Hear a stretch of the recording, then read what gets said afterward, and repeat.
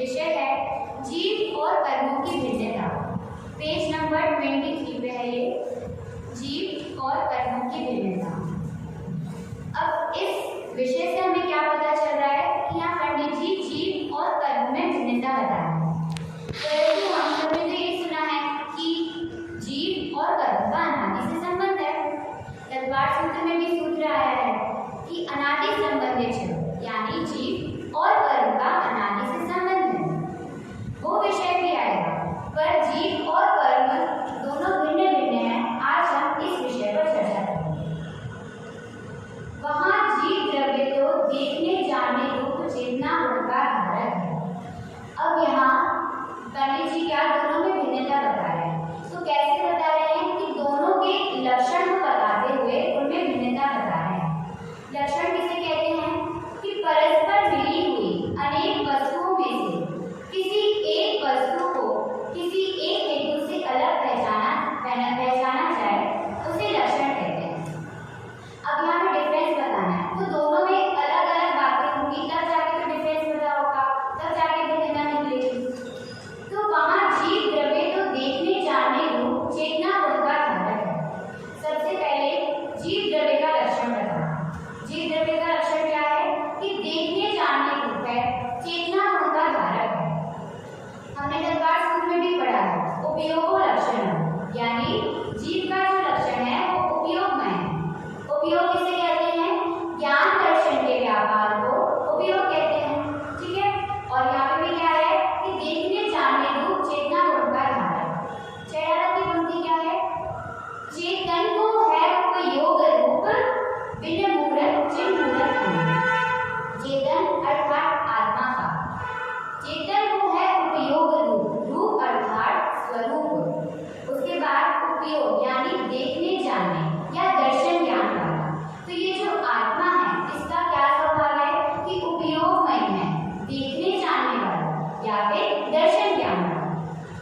वहाँ जीव द्रव्य तो देखने जानने रूप चेतना गुण का धारक है तथा इंद्रियगम्य न होने योग्य अमूर्तिक है। इंद्रियगम्य यानी वह इंद्रियों के विषय में नहीं आता, इसलिए उसे इंद्रियगम्य कहा, और इंद्रियगम्य न होने से उसे अमूर्तिक कहा। अब यहाँ प्रश्न हो सकता है कि अमूर्तिक को जीव का लक्षण क्यों नहीं? क्योंकि जीव के अतिरिक्त धर्म, अधर्म, आकाश, काल ये जो द्रव्य हैं ये भी तो अमूर्तिक होते हैं। मूर्तिक किसे कहते हैं? जिसमें स्पर्श, रस, गंध और वर्ण पाया जाए उसे मूर्तिक कहते हैं, और जिसमें स्पर्श, रस, गंध, वर्ण नहीं पाया जाए उसको अमूर्तिक कहते हैं। तो यहाँ पर जो हम भिन्नता बता रहे हैं, अंतर बता रहे हैं, वो जीव और पुद्गल के बीच में बता रहे हैं। और पुद्गल क्या है? मूर्तिक है। जीव अमूर्तिक है और पुद्गल मूर्तिक है। भले ही आगे के चार द्रव्य धर्म, अधर्म, आकाश और काल वो भी अमूर्तिक है, पर जब यहाँ हमें भिन्नता पुद्गल द्रव्य से बतानी है इसलिए यहाँ जीव का लक्षण अमूर्तिक है, ठीक है। संकोच, विस्तार, शक्ति सहित असंख्यात प्रदेशी द्रव्य है। अभी यहाँ पे तथा इंद्रियगम्य न होने योग्य अमूर्तिक है। तो जब हमने पंक्ति पढ़ी थी चेतन को है उपयोग रूप बिन मूरत चिन्ह मूरत अनु, बिन मूरत चिन्ह मूरत अनु। बिन मूरत अर्थात क्या? अमूर्तिक। चिन्ह मूरत अर्थात क्या? चैतन्य में, और चिन्ह मूरत अनु, अनु अर्थात उपमा रहित। तो यह जीव क्या है? ये आत्मा का स्वभाव उपयोगमय है, देखने जानने या दर्शन ज्ञानमय है, और ये अमूर्तिक है, चैतन्यमय है और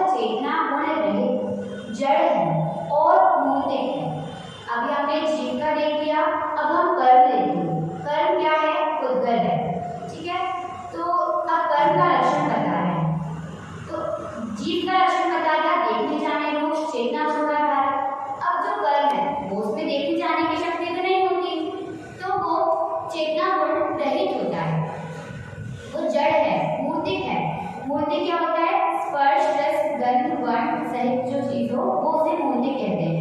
ठीक है, दो डिफरेंस हमें दोनों के यहाँ पता चल गए। जीव द्रव्य जाने देखने वाला चेतना गुण का धारक, और जो कर्म है वो चेतना गुण रहित है। और जीव द्रव्य जो है वो अमूर्तिक है और जो कर्म है वो मूर्तिक है। अनंत पुद्गल परमाणुओं का पिंड है। अब ये जो हमारा पूरा शरीर बना है ये अनंत पुद्गल परमाणुओं से बना है। मतलब अनंत पुद्गल परमाणुओं के समूह को कारवान करना कहते हैं। अब जैसे एक प्लास्टिक है, प्लास्टिक के अंदर वायर होता है जहाँ से करंट फ्लो होता है, तो जो प्लास्टिक है उसकी अलग कारवान करना होगी, और वो जो अंदर वायर है, वायर में से जो करंट फ्लो हो रहा है उसकी अलग कारवान करना होगी। ये हमारे कर्म की विशेषता बताए। जीव की विशेषता में क्या आया था कि संकोच विस्तार शक्ति सहित असंख्यात प्रदेशी जीव द्रव्य है, और यहाँ अनंत पुद्गल परमाणु का पिंड उसे कर्म था, इसलिए एक द्रव्य नहीं है। इस प्रकार ये जीव और कर्म है, इनका अनादि संबंध है। तो आ गई बात, आगे ना कि अनादि से संबंध है। जब हम स्टार्टिंग में बोल रहे थे कि अनादि संबंधित यानी जीव और कर्म का अनादि से संबंध है। तो अब कैसा संबंध है?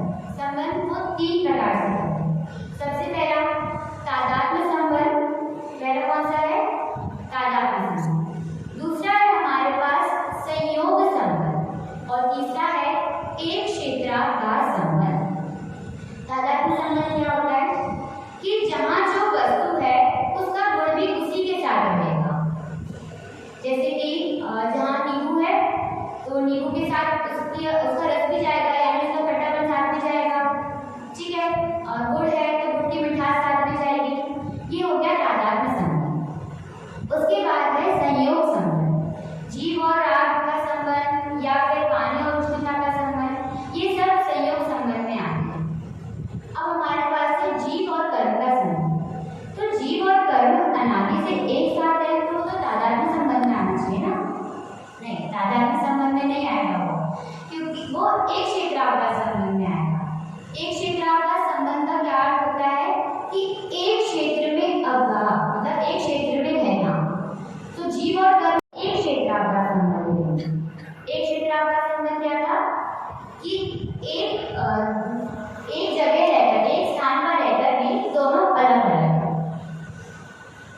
तो भी जीव का कोई प्रदेश कर्म रूप नहीं होता और कर्म का कोई परमाणु जीव रूप नहीं होता। अपने अपने लक्षण को धारण किए भिन्न भिन्न ही रहते हैं। अब जैसे पानी का ग्लास है, उसमें हमने शक्कर डाली, उसको मिक्स कर दिया, मिक्स हो गई, वो हो गई ना, चलो मिक्स हो गई।